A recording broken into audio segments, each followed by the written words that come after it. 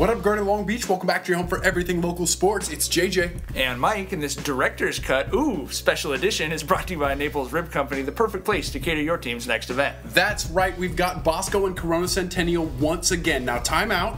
This is Bosco Corona Centennial from last year, the semifinal. It is a rematch. It is back at Cerritos College, and we would be remiss if we didn't take this opportunity to relive what Mike and I call maybe the best high school football game we've ever seen. Well, I would say it was definitely the craziest. So if you want to just watch this video with the original commentary, the link to the video is in the description, so go down and click on that. What we're going to do right now is just re-watch it and enjoy this together and kind of talk about how this might impact this Friday's semifinal between these two teams. All right, time in. Now, we all came into this thing expecting an offensive slugfest. That's what we got. The final blow delivered by the defense, but we'll get there eventually. So much talent on the field.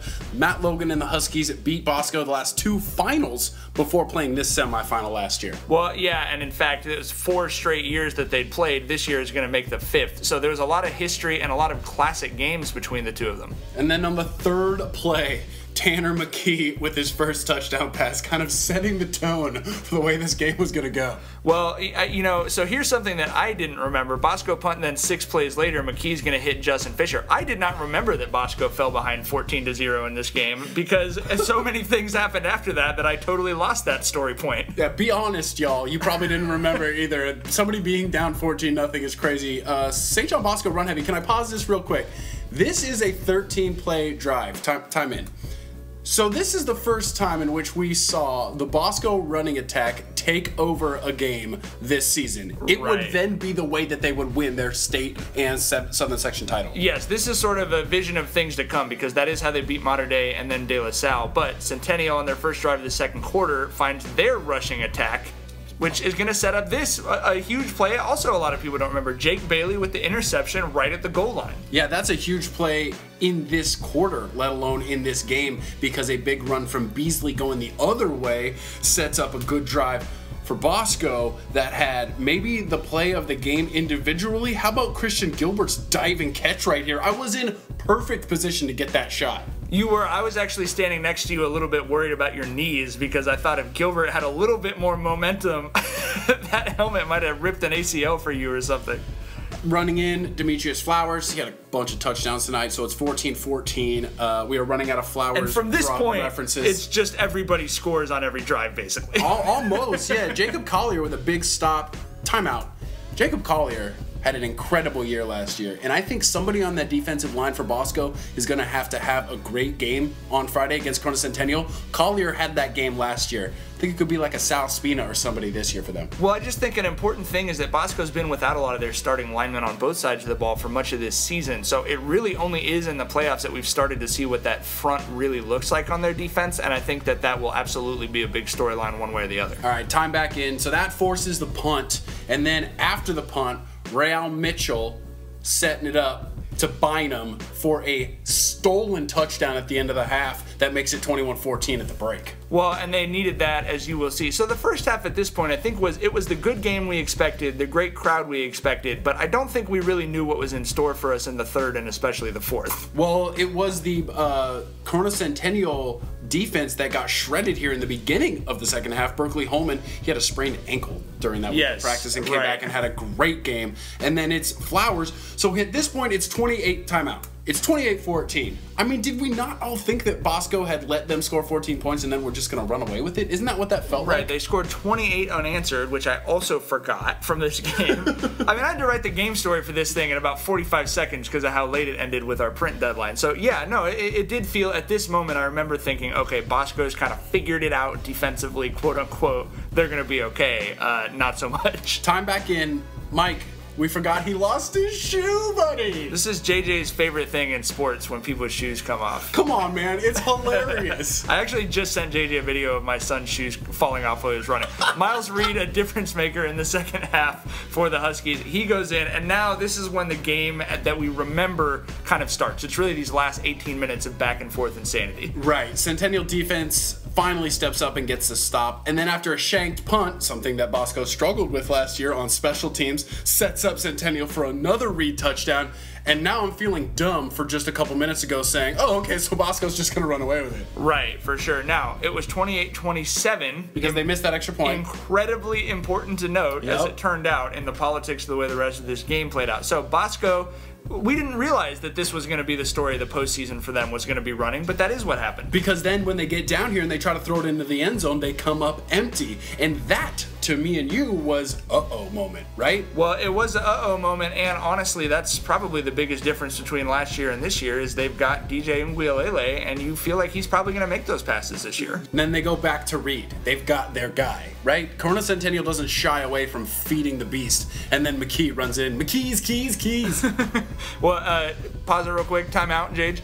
The biggest question going into this game on Friday is going to be the availability of Tanner McKee. We are recording this on Wednesday afternoon. You'll probably be hearing it Wednesday night or Thursday. As of when we're recording it, there has been no report. We heard from Eric Paul Johnson, our guy at the PE, that, you know, he was hoping to have more info soon. Eric Sondheimer at the time said they're hoping to see more. He was wearing a helmet and throwing in practice on Monday, according to Eric Sondheimer. The Bosco coaches, very obviously, when you go out and check their practice out, are expecting McKee to play, and I think that's the right way to prepare for it.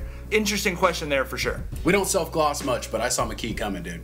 Remember yeah, 3 years ago, I was like, hey, this kid, he could be pretty good. He was the best case scenario for your quarterbacking career. Okay, time back in. So Centennial now with the momentum, and again, you're kind of wondering, okay, Bosco needs to step up, and Berkeley Holman on that sprained ankle that JJ mentioned, I did forget about that storyline as well, because he gritted it out this whole game with a 99-yard swerving touchdown return to give Bosco the lead back. You're not going to find a more important 90-yard touchdown return. Right. Not gonna find it. They're usually pretty important, but that was especially important, especially because it was basically all touchdowns from there on out. McKee finds Fisher, so okay, Corona Centennial goes back up. We had 6 lead changes in the fourth quarter. We've already had 2, and we're not even 2 minutes into it. 6 lead changes, people. That's crazy. The wide receivers for Bosco, for me, get the game ball. Look at Holman being an athlete, stretching that out, and then Bynum, 50-yard touchdown run. Okay, timeout.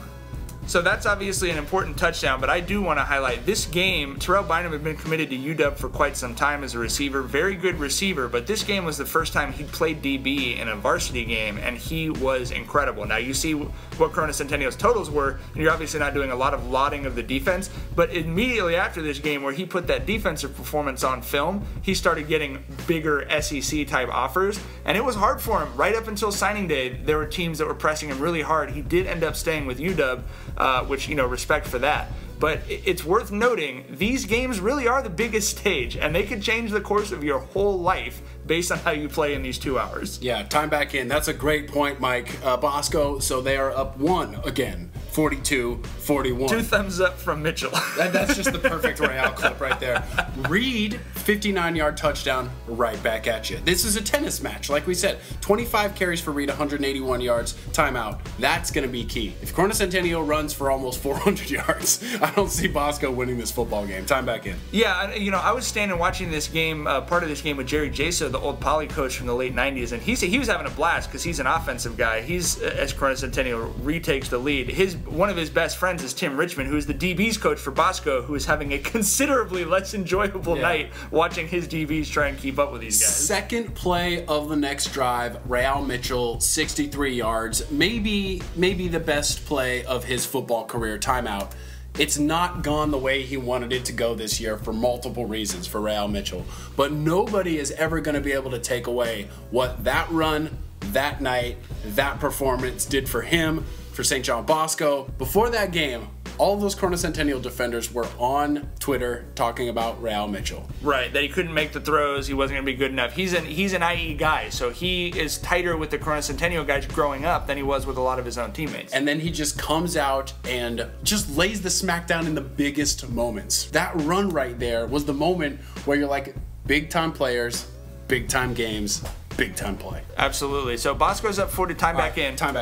Bosco's up 49-47, and at this point, I believe this is when I sat down and said, okay, I have to write. The story has to be done in 10 minutes, and lo and behold, wouldn't you know it? Yeah, right? This drive for Corona Centennial gets extended with timeout.